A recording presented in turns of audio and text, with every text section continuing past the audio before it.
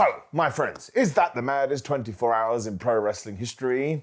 In terms of modern recent memory, probably yes. Because if you don't know, because you decided to live under a rock, it's quite a good pun, all things considered, John Cena has turned heel. So of course now you must rethink everything you know about this life, because none of it is true. Now for years I've been saying 2 + 2 equals potato. Turns out I'm right. This 2 + 2 = 4 was absolute nonsense, and I genuinely can't believe it. But I do think it's awesome, and I do credit to everyone that got involved, whoever's idea it was. You get a massive round of applause. Mostly because it's just fun, and it's just awesome, and it's just exciting. And you can see it from content like this, from people engaging on social media, or whatever it was. It feels like a landmark moment. And I guess the last time the world felt like this is when The Undertaker's streak got broken at WrestleMania 30. Just way bigger, as far as I'm concerned. And of course, when it does get out into the ether, people can't help themselves, which I totally understand. But we must compare things, even though comparison is the thief of joy. And the number one hot take, to use that word, that I have been getting is, oh my gosh, I think this is the greatest heel turn of all time. And I tell you, maybe it's not the greatest. We'll have to sit down and debate it. But it's probably at the very least top 3. And the reason for that is because you can't do this all the time. Like the one that always pops into my brain, just because of given how old I was and I was still getting used to what wrestling is, and I was learning the twists and the turns, quite ties in many ways, because I'm pretty sure this was the, what's the word I'm looking for, inspiration for this heel turn, is The Rock turning heel at Survivor Series 1998 during the Deadly Game tournament. Because of course, that's a little bit different, but The Rock had been a heel, he was becoming a face, and he was beating up the McMahons. As it turned out, that was a massive ruse. He wasn't really beating up the McMahons, they were just taking one for the cause, because they wanted to screw over Mankind and Steve Austin, and allow The Rock to become the WWF champion so he could become the corporate champion. And again, we were away to the races. The Rock was already a massive star, but it was that catalyst, because it was all so well done. As far as I'm concerned, the best thing Vince Russo ever booked, if you want to go down that lane. And then he never looked back, right? Within a couple of years, he was one of the biggest stars, well, top 2 really, and sometimes sort of like for like with Austin, depending on what stats you were looking at. But again, I was just like The Rock, I was hurt, man, because I was invested in The Rock, and I believed his shtick he was selling me, which was the whole idea, and that's why it was so good. But the reason that cannot compare to something like this, I suppose you go to 1996 and the Hulk Hogan NWA stuff.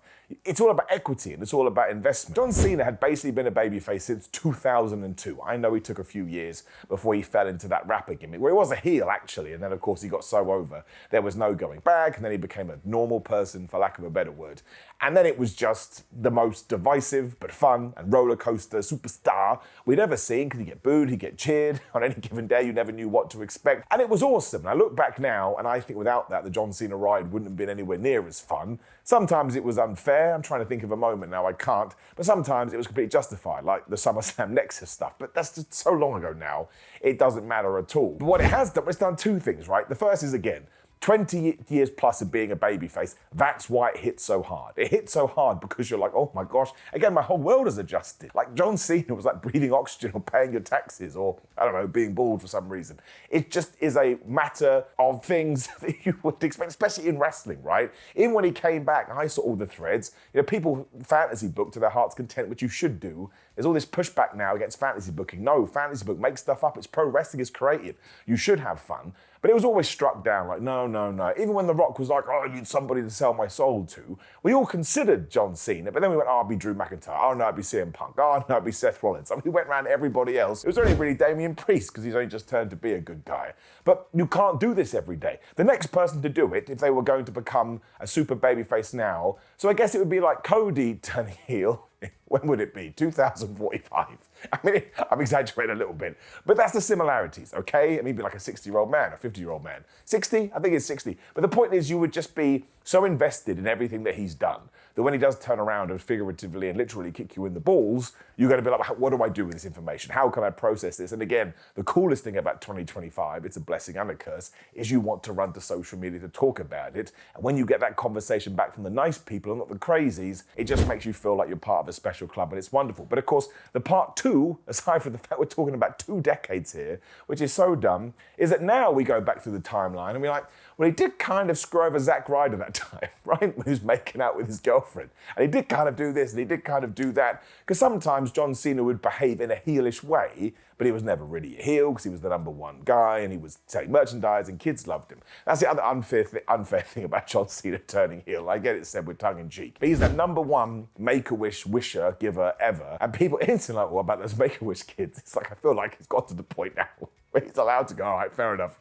We can move on a little bit. And I'm sure they would understand if nothing else. But again, there's just so much lore. It's like reading Lord of the Rings, okay? There's so much story and so much narrative we can dive into. And we just never thought it was going to happen because, again, why didn't it happen in 2016 or 2018, whenever it was actually going to happen, they were going to turn him heel. He went out and got new gear. He got new wrestling entrance music. But Vince McMahon, obviously, who was in charge at the time, was like, no, man, I don't think we should do that. So we didn't do it. And by that point, especially when it was on his last year ever, you just move on. But that's why I think it's GOAT material moves, because he's John Cena. He could have lived out his last 12 months as the John Cena we know. Not only is he more than allowed to do that, not only has he earned that, but it works. It's a tremendously successful template. Arguably even more now because people just love him. He's got to that point where he's a Hall of Famer, he's a legend, he's at the tippity top. He's in the upper echelon where you're just happy to see him. And because we know we're on a time limit, like, we need to enjoy John Cena as much as possible.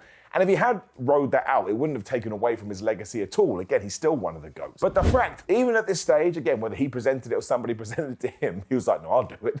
That sounds wonderful. I think he's awesome. I think it's great. I think there's so many other positive words that could come out of my mouth. But he's also actually picked the best time to do it, because if you grew up with John Cena, you're probably like a 20-year-old man plus right now. You understand wrestling and how it works, even if he was your hero. So this probably makes you love him even more. In fact, there's a small chance Cody gets booed and John Cena gets cheered, because wrestling is crazy. So even if 10 years ago, less than that, but even if the worry was, we don't want to upset 14 and 15-year-olds because they're dragging their parents to events, they're selling this and they're spending the merchandise, which you have to understand because it is a business. Now you've just essentially re-triggered their love for John Cena. Because, oh my gosh, he's a bad guy now. It's the best thing ever. So I definitely think it's one of the best heel turns ever. This is your Hulk Hogan, depending on the generation you are in.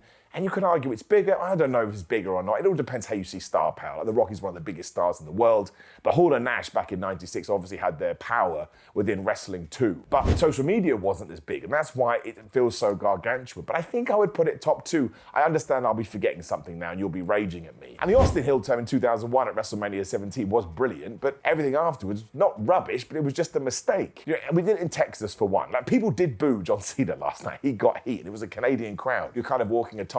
But when Austin turned heel, we were in Texas, like 2 minutes from his house. And we're not booing you, Steve. You can do whatever you want. And we learned that he could literally kill people. He tried to kill Jim Ross. I was like, no, we're not booing you.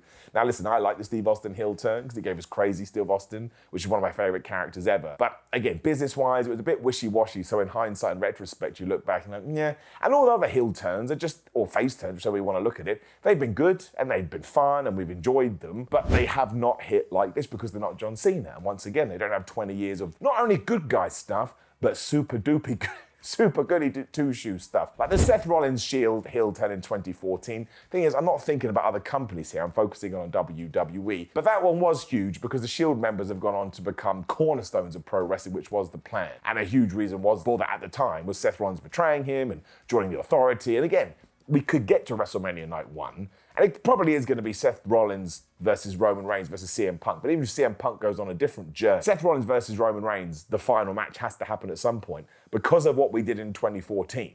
And so when you have that in your head, you can't argue that it wasn't an incredible heel turn because that's an amazing thing to do. But he'd only been, Seth Rollins had been up for 3 years, maybe. I could be exaggerating there. And the Shield were amazing. And once again, an entity that did change wrestling in many ways. But it's not 20 years, and it'll never be 20 years. A few people get 20 years. I guess the Roman heel turn in 2020, but again, Roman was even more of a controversial character than Cena. He even talked about it in that IGN video he did the other day. They were like, do you want to talk about the big dog? He said, the big dog doesn't exist. Even Roman Reigns is deleting it from his brain, so he understands. So once more, please drop me a comment below and let me know of other heel turns I'm not thinking about. But it's either one or two for me. I think you sit there, and if you do want to get into the argument, you either go Hogan or you go John Cena. And right now, it's going to be recency bias, and also I just love John Cena so much. It would probably be John Cena, especially because he's teaming up with The Rock and Travis Scott. Because why wouldn't you do that? Also, don't forget, when The Rock came back at Bad Blood, he was either doing the John Cena sign with his hand, or he was doing a 3-2-1, right? He did count down his fingers. So that probably means he needs a third guy. He's got Travis Scott. It's so funny, it's so good. He's got John Cena. I doubt it would be a CM Punk. That doesn't tie into the story we told. but we should start speculating to our heart's content. Again, I never want to take away that creative side of wrestling for you. Just don't be horrible, don't say mean things, but fantasy book people into matches, come up with the dumbest things ever. If your dream match is to see, I don't know, Powerhouse Will Hobbs taking on John Cena, you should book that to your heart's content. But I think it's a really fair thing to say. There's always going to be some hyperbole in these situations. But I think you can easily sit there and go, yeah, it's one of the best heel turns of all time. You cannot generate a reaction like this unless it's hit hard. So yeah, 10 out of 10, 5 stars. It's a shame it didn't happen in the Tokyo Dome. It would be 6.25 stars. What are you going to do? Now, of course, please do interact with the video as much as possible. Like the video, share the video, and subscribe. Click that notification bell. Click the video on the screen, which is my review of the Elimination Chamber. Basically, me losing my mind over John Cena. If you are into your fitness stuff, it's schoolofmind.com/Simon. Just go to Simon, get 10% off. Otherwise, just interact with the description as much as possible for social media, Cameo, TikTok, and Pro Wrestling Tees. And now I think we all need to calm down, although Raw is later. Maybe John Cena isn't even on the show because he's flown back to Africa, I think, to continue filming a movie. But sometimes absence makes it even more interesting. I can't wait. There's the point of wrestling. It's meant to be entertaining. See you soon.